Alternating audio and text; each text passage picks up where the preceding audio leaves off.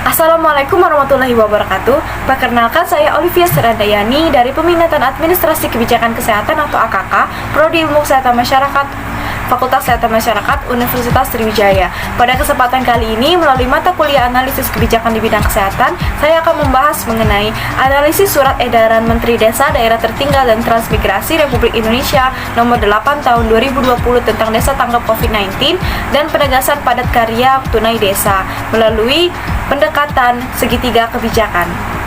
Mengingat bahwa pandemi COVID-19 telah menjadi pandemi global yang berdampak serius pada sendi-sendi ekonomi dan kesehatan masyarakat desa, serta menindaklanjuti arahan Presiden Republik Indonesia terkait dengan prioritas penggunaan dana desa untuk memperkuat sendi-sendi ekonomi melalui padat karya tunai desa atau PKTD, dan penguatan kesehatan masyarakat melalui upaya pencegahan dan penanggulangan COVID-19, maka diterbitkan Surat Edaran Menteri Desa, PDT, dan Transmigrasi.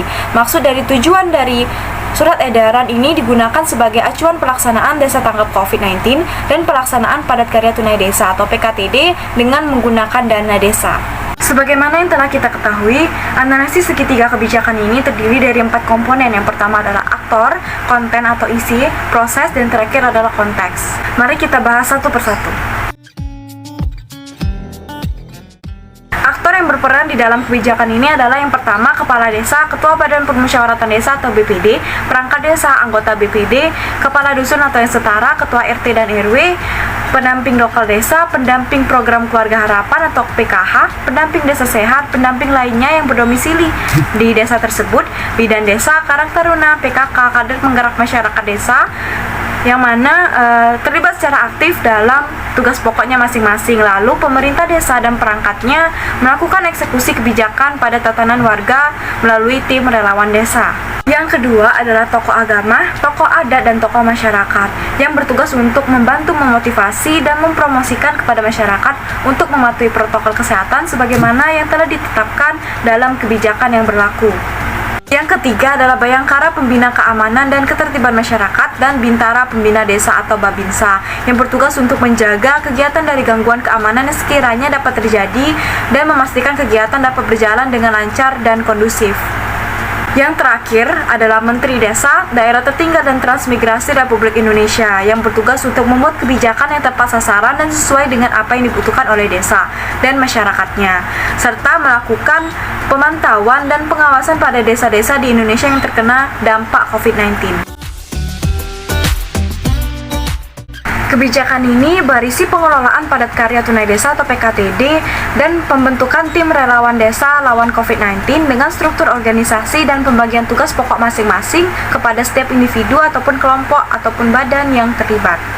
PKTD ini tentunya dilaksanakan dengan mematuhi protokol kesehatan. Pekerja diprioritaskan bagi anggota keluarga miskin, penganggur, dan setengah penganggur, serta anggota masyarakat marginal lainnya dengan pembayaran upah kerja yang dibayarkan setiap harinya. Dana desa digunakan dengan pola PKTD secara swakelola, serta pendayagunaan sumber daya alam, teknologi tepat guna, dan inovasi serta sumber daya manusia desa. Lalu untuk tim relawan desa lawan COVID-19 berperan melakukan pencegahan penyebaran COVID-19 agar desa tidak terkena dampak yang lebih dalam dengan melakukan sosialisasi mengenai protokol kesehatan, melakukan penanganan terhadap warga desa korban COVID-19, dan senantiasa melakukan koordinasi secara intensif dengan pemerintah kabupaten atau desa, dinas kesehatan, dan dinas pemberdayaan masyarakat desa, serta BPBD. Pelaksanaan tugas harian tim relawan desa lawan COVID-19 didukung oleh dana desa di mana setiap desa telah mendapatkan dana yang cukup untuk kegiatan penanggulangan.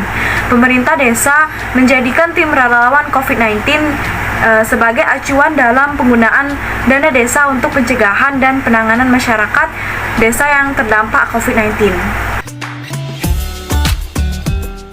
Dalam proses kebijakan ini, tentunya pemerintah tidak dapat bergerak secara sendiri, perlunya adanya partisipasi masyarakat ataupun bidang lainnya.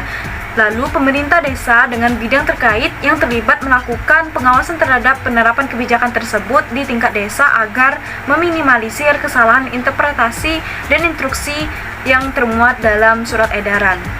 Berdasarkan beberapa jurnal, ditemukan bahwa kegiatan penanggulangan ini diterima oleh masyarakat secara baik.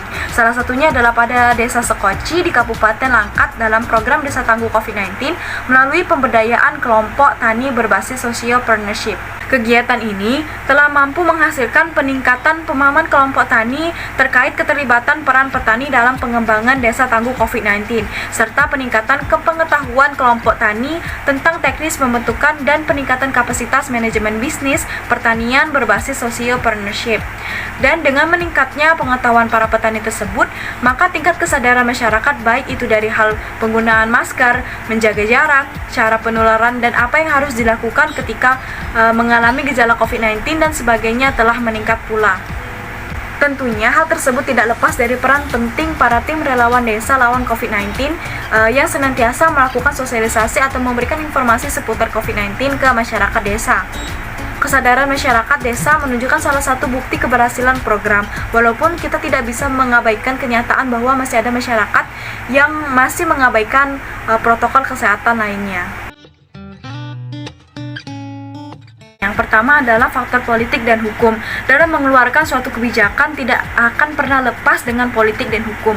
Mengingat surat edaran ini dikeluarkan dalam rangka menindaklanjuti arahan Presiden Republik Indonesia, yang mana ada keterlibatan pemerintah khususnya pemerintah daerah dalam mengatur dan membuat kebijakan yang dapat tepat sasaran dan sesuai dengan apa yang dibutuhkan oleh desa dan masyarakatnya, serta melakukan pemantauan dan pengawasan pada desa-desa di Indonesia yang terkena dampak COVID-19.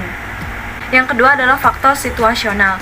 Pandemi COVID-19 adalah tantangan yang saat ini sedang kita hadapi bersama. Dengan adanya pandemi ini dan seiring bertambahnya masyarakat desa yang terkena dampak dari pandemi, membuat pemerintah dan pemerintah daerah mengeluarkan kebijakan yang sekiranya dapat membuat desa tidak terjatuh lebih jauh akibat pandemi.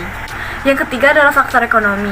Pandemi COVID-19 memberikan dampak yang cukup serius kepada masyarakat desa, khususnya di bidang ekonomi, karena pendapatan masyarakat desa menurun seiring dengan terus berkembangnya kasus pandemi COVID-19, sehingga banyak masyarakat yang kehilangan mata pencahariannya.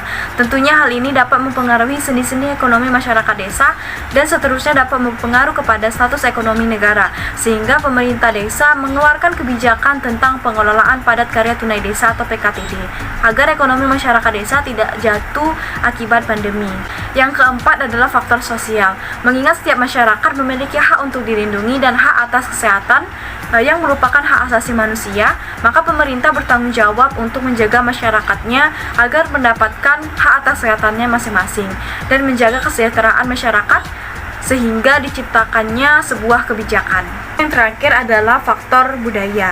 Masyarakat Indonesia sangat dikenal dengan budaya gotong royong, sehingga budaya masyarakat Indonesia yang gemar saling tolong-menolong ini dapat membantu turut menyukseskan penanggulangan yang telah dibentuk oleh pemerintah daerah ataupun pemerintahan pusat. Hal ini dapat melalui dengan adanya partisipasi tokoh agama, masyarakat, relawan, dan pihak lainnya yang telah terlibat.